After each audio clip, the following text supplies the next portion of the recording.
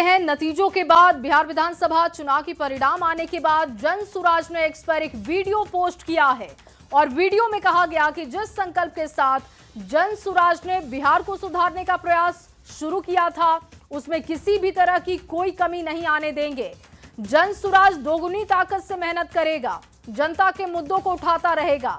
जब तक बिहार को देश के 10 अग्रणी राज्यों में शामिल ना करा ले तब तक इस संकल्प से पीछे हटने का सवाल नहीं उठता।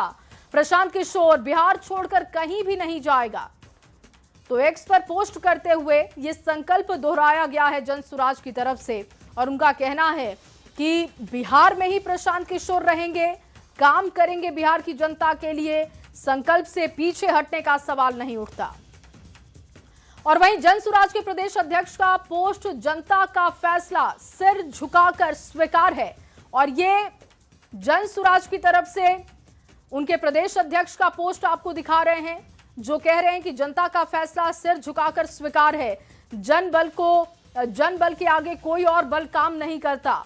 हम हारे जरूर लेकिन हमारी हिम्मत नहीं हारी है। बिहार को बदलने के लिए पूरी तरीके से संकल्पित रहेंगे और अगले 5 साल फिर से मेहनत करने को तैयार हैं।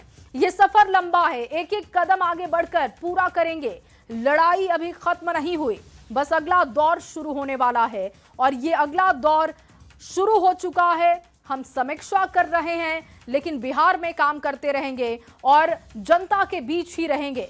और देखिए इस बार का चुनाव रणनीतिकार से राजनेता बने पीके का भी इम्तिहान ले गया, जो बुरी तरीके से फ्लॉप हो चुके हैं। सभी 243 सीटों पर उम्मीदवार खड़े करने वाली जनसुराज अपने पहले इम्तिहान में खाता तक नहीं खोल पाई और ऐसे में सवाल है कि प्रशांत किशोर के राजनीतिक करियर को लेकर अब सवाल खड़े हो रहे हैं कि आखिर वो अगला कदम क्या लेंगे। दिखाते हैं आपको ये रिपोर्ट। तो जनसुराज का अभियान शुरू हुआ है, वो न सिर्फ बिहार में बल्कि बिहार के बाहर भी। 14 तारीख को जब परिणाम आएंगे तो लोग एक इतिहास, नया इतिहास रचा जाता हुआ देखेंगे। प्रशांत किशोर जनसुराज के संयोजक और चुनावी रणनीतिकार अपनी नई नवेली पार्टी के जरिए बिहार की सियासत में नई राजनीति की अलख जगाने में नाकाम रहे। बिहार चुनाव में हर मंच से प्रशांत किशोर ने यह दावा किया कि 10 से ज्यादा नेताओं को मुख्यमंत्री बनाने में कंधा लगाया, 6 साल में 6 लोगों को मुख्यमंत्री बनाया। पर जब चुनावी रणनीतिकार के पेशे से दूरी बनाकर राजनीति में आए प्रशांत किशोर खुद की पार्टी के साथ चुनावी मैदान में उतरे तो एक भी सीट नहीं जीत पाए। पीके के दावे और उम्मीदों से परे जनसुराज का प्रदर्शन बेहद खराब रहा। जनसुराज के सभी 238 उम्मीदवार चुनाव हार गए। पार्टी का स्ट्राइक रेट 0% रहा, यहां तक कि पीके के 98% उम्मीदवारों की जमानत जब्त हो गई। 25% प्रत्याशियों का हाल ये रहा कि उन्हें नोटा से भी कम वोट मिले।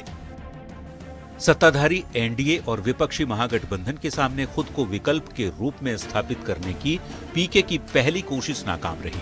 पूरे चुनाव में प्रशांत किशोर ये गणित बिठाते रहे कि जो 28% वोट एनडीए और महागठबंधन को नहीं मिलता वो जनसुराज को मिलेगा। पर 60 से ज्यादा सीटों पर पीके को नोटा से भी कम वोट मिले। 1 करोड़ से ज्यादा सदस्यों का दावा करने वाली जनसुराज पार्टी को महज 10 लाख वोट भी नहीं मिले। प्रशांत किशोर ने अपनी पार्टी को लेकर बिहार चुनाव में अर्श या फिर फर्श पर रहने की भविष्यवाणी की थी।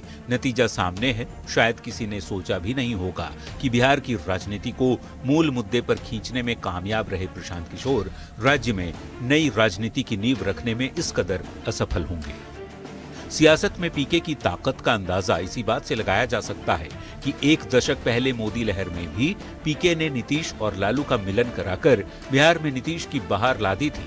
2010 में बम्पर जीत हासिल करने वाली बीजेपी को करारी सियासी पटखनी देने में सफलता हासिल की। बतौर चुनावी रणनीतिकार कई राज्यों में सरकारें बनवाई और बचाई भी, मगर पीके का जादू अपनी ही पार्टी के लिए नहीं चल पाया।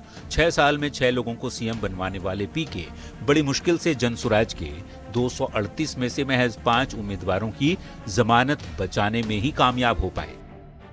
बिहार चुनाव के नतीजे बताते हैं कि लोगों ने पीके को गंभीरता से सुना लेकिन चुना नहीं। प्रशांत किशोर वोट हासिल करने का भरोसा पैदा नहीं कर पाए।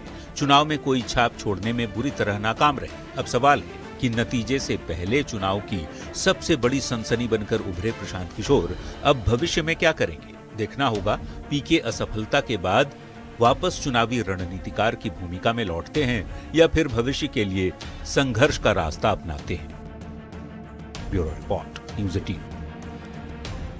और वहीं